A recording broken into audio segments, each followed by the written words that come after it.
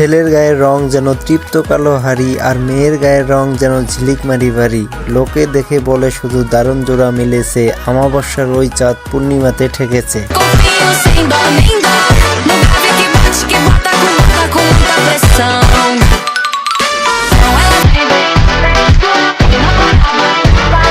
হে WhatsApp guys, কেমন আছো সবাই? আশা করি খুব ভালো আছো। বোন ভিডিও চ্যানেলের আইডেন্টিটি অফ ফেমাস পিপলের পর্বে তোমাদেরকে স্বাগতম। সো আজকের পর্বে আমরা দেখতে চলেছি বাংলাদেশের একজন জনপ্রিয় কণ্ঠশিল্পী জেফার রহমানের সম্পর্কে। তো যেহেতু অনেকদিন পর ভিডিও, তো চলুন দেরি না করে ভিডিওটি শুরু করা যাক। বাংলাদেশের প্রথম ইউটিউব বেস সঙ্গীত শিল্পী জেফার 2010 থেকে বিখ্যাত সব ইংরেজি গান ধীরে ধীরে কভার করে পৌঁছে গেছেন জনপ্রিয়তার উচ্চ শিখরে। নডারাই সিনেমার হারবোনা শিরোনামের আলোচিত গানটি জেফারের গাওয়া। জেফারের গাওয়া ঝুমকা গানটি শ্রোতাদের মাঝে সবচাইতে বেশি জনপ্রিয়তা অর্জন করেছে। যুক্তরাষ্ট্রে প্রবাসী বাংলাদেশি শিল্পী মোজার সঙ্গে গান গেয়েছেন জেফার। গানটি টিকটক ও ইউটিউব শর্টে সাড়া ফেলেছিল দ্বিগুণ। জেফার রহমান হচ্ছে বাংলাদেশের তরুণ প্রজন্মের জনপ্রিয় সঙ্গীত শিল্পী, অভিনেত্রী এমনকি ইউটিউবার। ওয়ারফেস, নেমেসিস, অর্থহীনের মতো বড় বড় ব্যান্ডগুলোর সঙ্গে স্টেজ শো করেছেন জেফার। মিউজিক ছাড়াও জেফারের সবচেয়ে আকর্ষণীয় পার্ট হচ্ছে তার চুল। ওয়েস্টার্ন পোশাক বেশি পরে থাকেন জেফার। তার সোশ্যাল মিডিয়ার জনপ্রিয়তা বিশ্লেষণ করে তার মোট সম্পদের পরিমাপ রয়েছে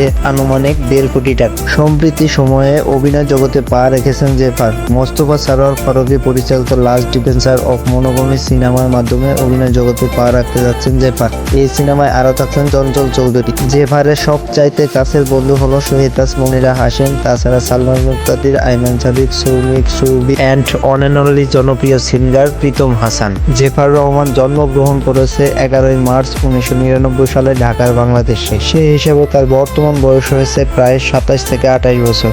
জেফার ছোট থেকে খুব পড়াশোনায় মনোযোগী ছিল, পাশাপাশি গান এমনকি নাচে প্র্যাকটিস করত। তার ইচ্ছে ছিল আকাশ চুম্বিক, সে একজন বড় মাপের কণ্ঠশিল্পী হবে। ইনশাল্লাহ তার কিছুটা ধারের কাছে সে পৌঁছাতে পেরেছে।